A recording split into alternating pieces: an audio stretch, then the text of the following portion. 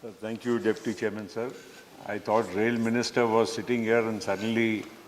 Minister of State is here. Well, I find the Minister of State, but I would have been happy if he would have been around. After all, it's very rare that we discuss railways and people like me don't speak too often, and I was hoping that he'll be around. Anyways, sir, the discussion on railways is, of course, very important, and so are the railways to the overall socio-economic development of the nation.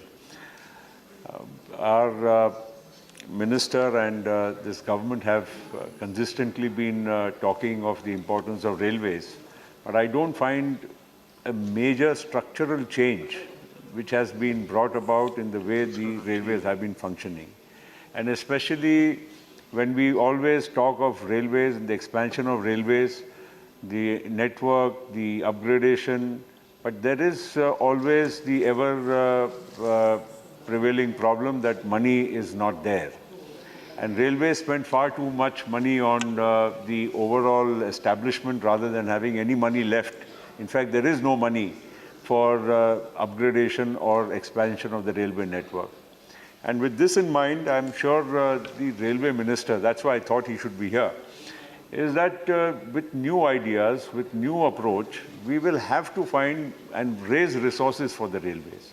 If we are not able to do that, no matter how much our colleagues have been talking here, asking for additional lines, additional trains, additional facilities at stations, we are not really going to be achieving that. And look at the time gap which takes place between implementation of projects. After all, there has to be some kind of a deadline. We build a road, we've set a deadline. We build a building or a construction of a dam, we've set some deadlines. Railways, if there is a new railway line or a broad gauge conversion or an expansion from single line to double line, how many years do projects take? I think some projects, if at all the list is available, would go into 20 years and 30 years lines have not been completed. So ultimately, there is no cost-benefit analysis or ratio which is prevailing in the mindset when railways do any of these major works. My feeling is that even the so-called public-private partnership of railway stations, that also is basically barring a few stations. It's a non-starter. You can't see, except barring a few major stations, where really the change has been brought about. Yes, railways do spend money on upgrading stations, but when it comes to the money, the public-private partnership, some new ideas have been floated here and there. Just now, the Kisan Rail and the new refrigerated cold storage train for transportation of fresh produce.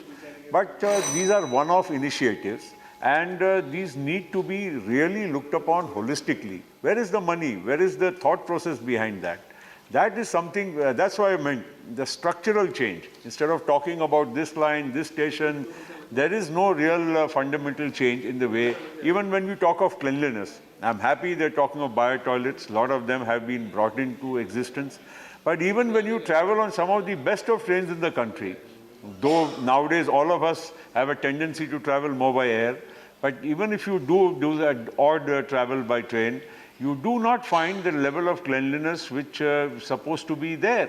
That it's more on paper. Even the premium trains, I do not find the level of cleanliness, and especially right now, the corona and the problem which we are facing in the country, railways is one area and one transportation medium which will have to be the most careful, because you are the most vulnerable. The number of people who travel, the kind of compartments in which people travel, especially in cities like Mumbai, the kind of, the number of people who are traveling on coaches. Anyway, to cut it short, all I'm trying to say is that structural, fundamental change has to be brought about in the working of the railways.